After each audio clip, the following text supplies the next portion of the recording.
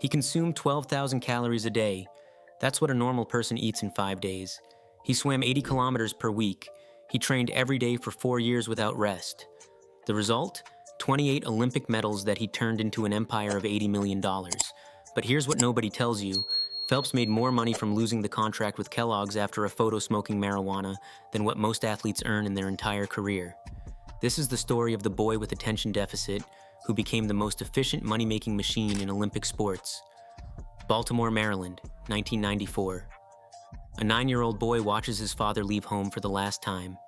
His parents are getting divorced. The boy can't stay still. He can't concentrate. The teachers complain constantly.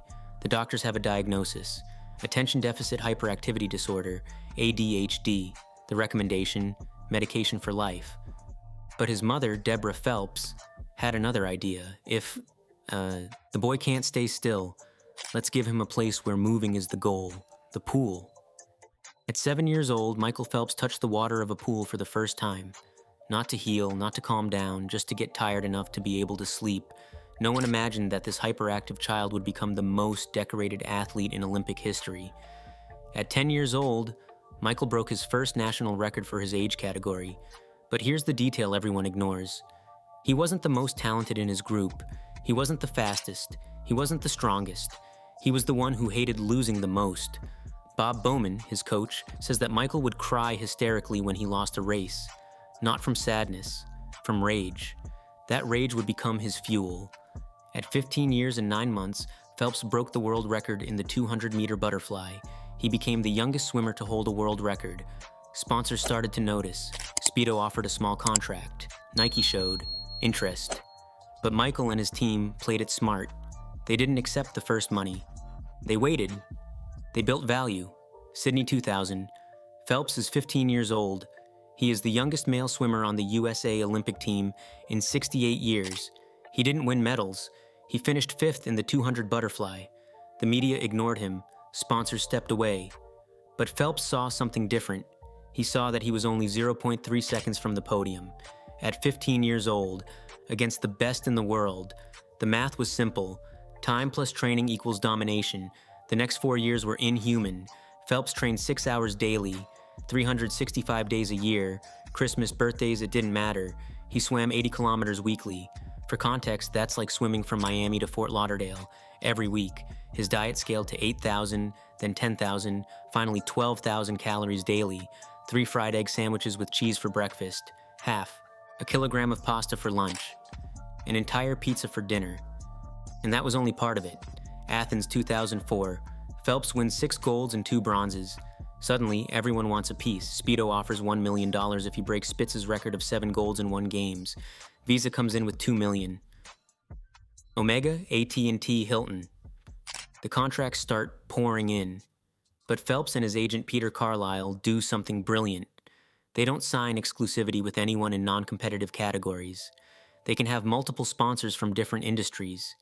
Beijing 2008 was the moment that changed everything. 8 events, 8 golds, 8 world records. Phelps didn't just equal Spitz, he destroyed him. And Speedo had to pay the promised $1 million. But that $1 million was just the appetizer. The post-Beijing contracts totaled $100 million. Phelps earned more in endorsements than what 99% of athletes earn in prize money. But here comes the part nobody talks about. With the money from Speedo, Phelps didn't buy cars or mansions. He created the Michael Phelps Foundation, a masterful move for public relations and taxes. The foundation promoted water safety and swimming for children. A noble cause, it also gave him massive tax deductions and improved his image for future sponsors. Business disguised as charity. 2009. The photo with the marijuana pipe. Kellogg's cancels his $5 million contract. USA Swimming suspends him for 3 months. The media predicts the end of his commercial career. Wrong. Phelps uses the controversy to renegotiate with other sponsors. Look, I lost Kellogg's, I need to compensate. Subway comes in with $3 million. Under Armour with $4 million. The photo that supposedly would ruin him generated $2 million extra in new deals. London 2012. Phelps wins 4 golds and 2 silvers. He becomes the most decorated athlete in history with 22 medals. He announces his retirement. The sponsors panic. But Phelps plays another MasterCard, the comeback. He retires, lets the nostalgia grow, then announces his return for Rio 2016. The sponsors who thought they had lost him pay extra for his return. Rio 2016. At 31 years old, Phelps wins 5 golds and 1 silver. Historic total, 28 medals, 23 of them gold. But the most impressive thing isn't the medals. It's how he monetized them.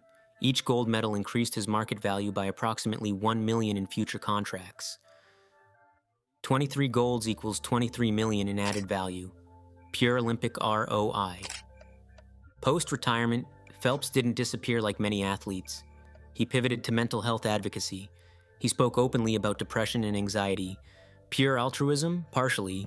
But it also opened doors to new sponsors in the mental health space. Talkspace, a therapy app, paid $2 million for his endorsement. BetterHelp came in with another $1 million. Vulnerability paid off. Phelps also invested intelligently, not in restaurants or nightclubs like other athletes, in tech startups. He was an early investor in GoPuff, now valued at $15 billion. He invested in recovery brands like Adhd. Each investment aligned with his personal brand: performance, recovery, mental health, coherence that multiplies value. His 2020 masterclass on winning mentality, $500,000 for 20 hours of recording. His book No Limits, $2 million in sales. Speaking engagements, $200,000 per appearance. The man who couldn't concentrate as a child now charges fortunes for teaching focus and discipline. The irony is delicious. But Phelps's true genius was understanding this.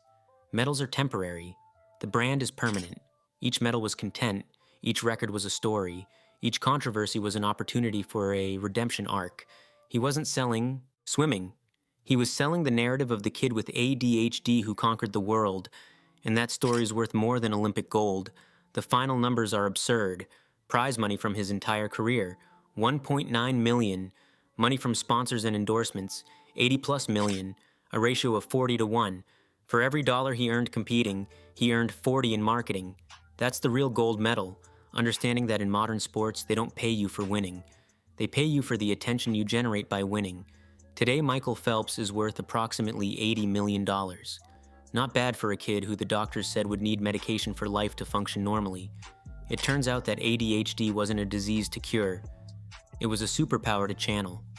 And when you channel 12,000 calories of energy toward a singular goal for 20 years, you don't just break records, you break the game itself. Michael Phelps, diagnosed with ADHD since childhood, transformed what many saw as an obstacle into his greatest advantage: hyperfocus.